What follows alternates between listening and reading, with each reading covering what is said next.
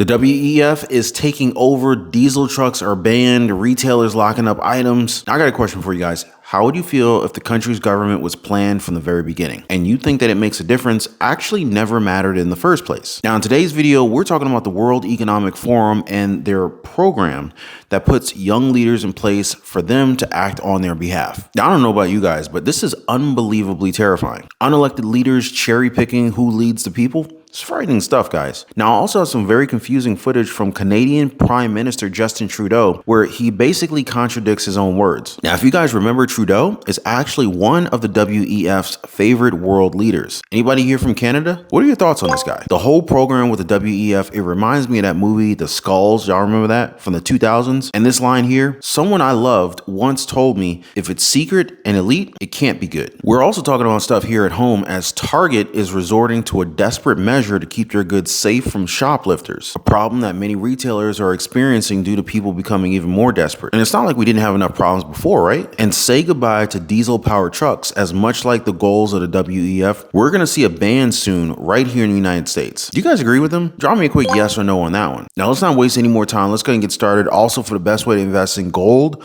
or silver, be sure to check out the links down below in the description of this video. So a company spokesperson for Target has admitted theft is a problem, and they're taking a multi-layered approach to combating it. They also added that this includes in-store technology, training for store leaders and security team members, partnerships with law enforcement agencies, as well as retail trade associations. Now, on a limited basis, we also employ theft deterrent merchandising strategies such as lock cases for categories that are prone to theft. While we don't share specifics on these strategies, these decisions are generally made at a local level. End quote. They're talking about it more now, guys. And I mean, like, how would you feel if your item was locked in the case? Now, it might not be a big deal for everybody, but some people feel a little antsy about that. They don't want to have to ask for certain things. They're also going to need more manpower just to get you these items. You need to call in personnel. It's kind of crazy. Now, a recent survey actually showed that 70% of retailers are worried about organized retail theft, and they're saying that it's gotten a lot worse. Some consumers are blaming a society that isn't as truthful as it used to be. Do you guys think that this is what's happening? So here's something that is truthful. California just banned the sale of new diesel trucks by 2036. And just to make you realize how big of a deal that this is their second, I repeat, their second zero emissions truck rule, and it's the first in the world to require new commercial trucks, including garbage trucks, delivery trucks, and other medium and heavy duty vehicles to be electric. So what are your thoughts on this move? I mean, it would sound much better if this didn't happen back in February of this year. You guys remember this when more than 100,000 homes and businesses in California were in the dark, right? This was due to blackouts, brownouts, power outages, grid down situations that were brought on by heavy rain and snow. Now just imagine this scenario. The power goes out and our delivery trucks, they can't get on the road. Garbage trucks, they're not moving. Our own cars can't even get out of the garages and driveways. I mean, heck, maybe we can't even open the garage because the garage door is powered. And, you know, maybe we're not getting power for another few hours, maybe days. Well, let's just hope that our power grids are breakdown proof once 2030 rolls around, huh? It really makes you wonder if our leaders are only just doing the bidding of the World Economic Forum, especially with all this talk about renewable energy. They're not going out in the open and telling us about world leaders being a part of the WEF, are they? Oh, wait, they are. But what we are very proud of now, the young generation, like Prime Minister Trudeau, President of Argentina and so on, that we penetrate the cabinets.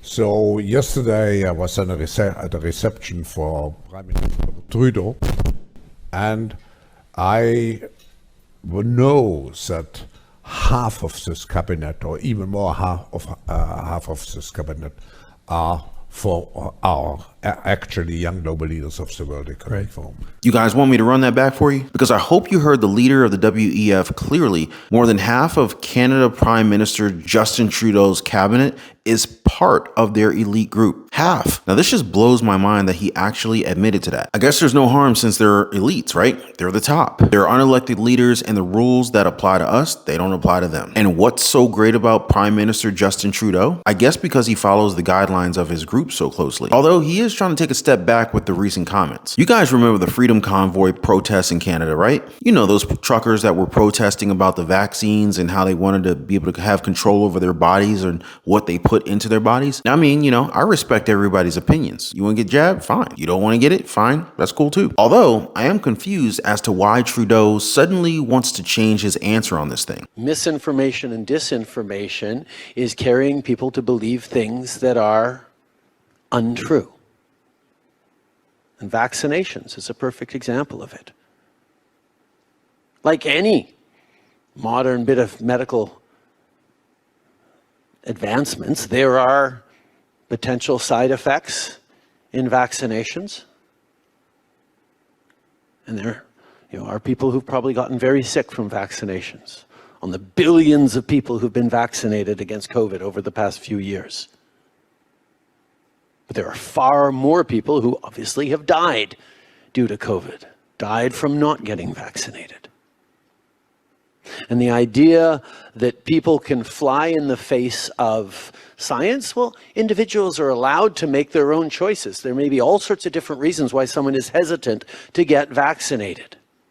But I make a distinction, and I always have, between someone choosing for personal reasons to choose not to get vaccinated and someone deliberately using misinformation to mislead and scare other people with so-called facts that aren't facts at all, that lead them to make a choice that endangers their lives and the lives of other citizens. Oh boy, where do I start with this one? So he said that individuals are allowed to make their own choices. So if a trucker who was delivering goods from the United States to Canada, or maybe even the other way around from Canada to the United States, if he said that he didn't want to get vaccinated for personal reasons, that would be fine. Their bank accounts would not be frozen. They'd still have their job. Now, you know, I have a particular superpower with my web browser, and it allows me to see dislikes on YouTube videos. It gives me an idea about how people perceive particular messages, and for this one video, it was very clear how people felt. With 50 likes and more than 1,000 dislikes, it is clear people are not convinced that Canadian Prime Minister Justin Trudeau was very truthful or even sincere in his recent Q&A in Ottawa, especially when footage like this exists. Prime Minister Justin Trudeau invoking the Emergencies Act, a never-before-used law granting the Canadian government broad powers, including the ability to remove vehicles and freeze bank accounts. Occupying streets, harassing people, breaking the law. This is not a peaceful protest. The time to go home is now. This is in contrast to what he said about the protests in India back in 2021. I would be remiss if I didn't start also by recognizing the news coming out of India about the protests by farmers. The situation is concerning, and we're all very worried about family and friends. I know that's the reality for many of you. Let me remind you, Canada will always be there to defend the right of peaceful protest.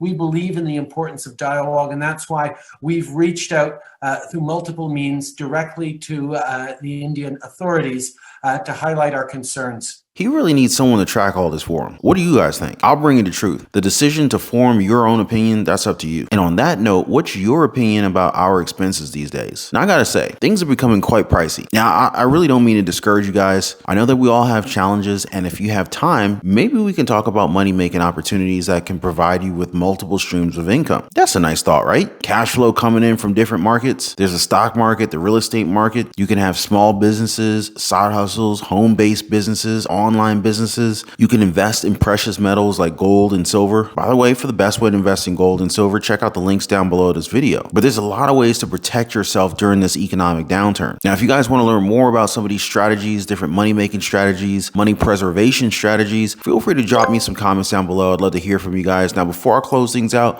please do your boy a favor, drop a like for the video and share this video with a friend. Don't forget to subscribe for your daily dose of the truth, and I'm gonna see you guys on the next one.